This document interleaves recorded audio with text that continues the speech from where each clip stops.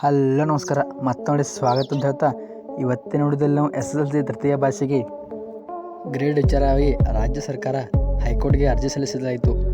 High court ಅದನ್ನು ವಜಾಗೊಳಿಸಲಾಗಿದೆ. ಅದರ ಬಗ್ಗೆ ಸಂಪೂರ್ಣ ಮಾಹಿತಿ ನೋಡೋಣ. ಅದಕ್ಕಿಂತ ಮೊದಲು ಈ ಚಾನಲ್ಗೆ ಹೊಸಬರಾಗಿದ್ದರೆ ಈ ಕೂಡಲೇ ನಮ್ಮ ಚಾನಲ್ ಸಬ್ಸ್ಕ್ರೈಬ್ ಮಾಡಿಕೊಳ್ಳಿ, ನಿಮ್ಮ ಫ್ರೆಂಡ್ಸ್ಗಳಿಗೆ ಶೇರ್ ಮಾಡಿ. ಶಿಕ್ಷಣ ಬಗ್ಗೆ ನಿರಂತರ ಮಾಹಿತಿಗೆ ಬೆಲ್ ಐಕಾನ್ ಕೂಡ ಆನ್ ಮಾಡಿಕೊಳ್ಳಿ. SSLC ತೃತೀಯ ಭಾಷೆಗೆ ಗ್ರೇಡ್ ನೀಡುವುದು ಎಂದು ಹೈಕೋರ್ಟ್ ಆದೇಶ ನೀಡಿತು. ಆದರೆ ಚಿಕ್ಕಮಗಳೂರಿನ 3 ವಿದ್ಯಾರ್ಥಿಗಳ ಅರ್ಜಿಯನ್ನು ಪರಿಶೀಲಿಸಿದ ನಂತರ ಹೈಕೋರ್ಟ್ ಮತ್ತೆ ಅಂಕವನ್ನು ನೀಡುವುದೆಂದು ಹೇಳಲಾಯಿತು. ಅದನ್ನು ಈಗ ರಾಜ್ಯ ಸರ್ಕಾರ ಪ್ರಶ್ನಿಸಿ ಮರುಪರಿಶೀಲನೆಯನ್ನು ಹಾಕಲಾಯಿತು. ಅದಕ್ಕೆ ಈಗ ಮತ್ತೆ ಹೈಕೋರ್ಟ್ ಅಂಕವನ್ನೇ ನೀಡಲಾಗುತ್ತದೆ ಎಂದು ಹೇಳಲಾಗುತ್ತದೆ.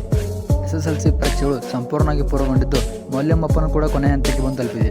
ಆದರೆ ಹಿಂದಿ ವಿಷಯಕ್ಕೆ ಅಂಕ ಅಥವಾ ಗ್ರೇಡ್ ನೀಡುವ ವಿಚಾರವಾಗಿ ಚರ್ಚೆ ಇತ್ತು. ಈಗ ಹೈಕೋರ್ಟ್ ಅಂಕಗಳನ್ನು ನೀಡುತ್ತದೆ ಎಂದು ಹೇಳಲಾಗುತ್ತದೆ.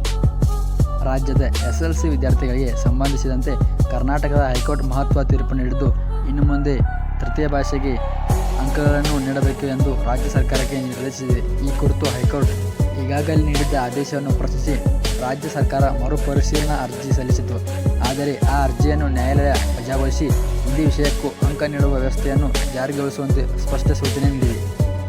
ನ್ಯಾಯಮೂರ್ತಿ ES ಇಂದ್ರೇಶ್ ಅವರಿಂದ ಹೈಕೋರ್ಟ್ ಪೀಠ ಈ ಆದೇಶ ಹೊರಡಿಸಿದೆ. ಪ್ರಸ್ತುತ ಶೈಕ್ಷಣಿಕ ಸಾಲಿನಿಂದಲೇ ಹಿಂದಿ ವಿಷಯಕ್ಕೆ ಗ್ರೇಡ್ ಬದಲು ಅಂಕ ನೀಡಬೇಕೆಂದು ತಿಳಿಸಿದೆ. ವಿಚಾರಣೆ ವೇಳೆ ಸರ್ಕಾರದ ಪರವಾಗಿ ಅಡ್ವೊಕೇಟ್ ಜನರಲ್ ಶಶಿಕರಣ್ ಶೆಟ್ಟಿ ವಾದ ಮಂಡಿಸಿದರು. ಹಿಂದಿ ವಿಷಯದಲ್ಲಿ ಲಕ್ಷಕ್ಕೂ ಹೆಚ್ಚು ವಿದ್ಯಾರ್ಥಿಗಳು ಅನುತ್ತೀರ್ಣವಾಗಿರುವ ಹಿನ್ನೆಲೆಯಲ್ಲಿ ಅವರ ಮೇಲೆ ಒತ್ತಡ ಕಡಿಮೆ ಮಾಡಲು ಗ್ರೇಡ್ ಪದ್ಧತಿ ಜಾರಿಗೊಳಿಸಲಾಗಿದೆ ಎಂದು ಸರ್ಕಾರ ತಿಳಿಸಿತು. ಇದಕ್ಕೆ ಪ್ರತಿಕ್ರಿಯಿಸಿದ ನ್ಯಾಯಪೀಠ ಪರೀಕ್ಷೆಯ ಅಧಿಸೂಚನೆ ಹೊರಡಿಸುವಾಗಲೇ ಮೌಲ್ಯಮಾಪನ ವಿಧಾನವನ್ನು ಸ್ಪಷ್ಟಪಡಿಸಬೇಕಾಗಿತ್ತು ಎಂದು ಅಭಿಪ್ರಾಯಪಟ್ಟಿತು. ಅಧಿಸೂಚನೆಯಲ್ಲಿ ಉಲ್ಲೇಖಿಸಿದ ಗ್ರೇಡ್ ಪದ್ಧತಿಯ ಬಳಿಕ ಜಾರಿಗೊಳಿಸುವುದು ಸೂಕ್ತವಲ್ಲ ಎಂದು ಹೇಳಿತು. ಇದೇ ವೇಳೆ ವಿದ್ಯಾರ್ಥಿಗಳು ಪಾಸ್ ಮಾಡುವುದೇ ಉದ್ದೇಶವಾದರೆ ಪರೀಕ್ಷೆಯನ್ನು ರದ್ದು ಮಾಡಬಹುದು ಎಂದು ಕಟುಕವಾಗಿ ಹೇಳಿದ ನ್ಯಾಯಪೀಠ ನಿಯಮ ರೂಪಿಸಿದ ನಂತರವೇ ಯಾವುದೇ ಬದಲಾವಣೆಗಳನ್ನು ಜಾರಿಗೆ ತರುವುದು ಸೂಕ್ತ ಎಂದು ತಿಳಿಸಿ ಹೀಗಾಗಿ 2025-2026ನೇ ಶೈಕ್ಷಣಿಕ ಸಾಲಿನಿಂದ ಹಿಂದಿ ವಿಷಯಕ್ಕೂ ಅಂಕಗಳನ್ನು ನೀಡುವಂತೆ ಹೈಕೋರ್ಟ್ ಸರ್ಕಾರಕ್ಕೆ ಆದೇಶ ನೀಡಿದೆ. ಇದು ಕೊನೆಯ ನಿರ್ಣಯ. SSLC ತೃತೀಯ ಭಾಷೆಗೆ ಪ್ರತಿ ವರ್ಷದಂತೆ ಈ ವರ್ಷವೂ ಅಂಕಗಳನ್ನು ನೀಡುವುದು ಎಂದು ಹೈಕೋರ್ಟ್ ರಾಜ್ಯ ಸರ್ಕಾರಕ್ಕೆ ತಿಳಿಸಿದೆ.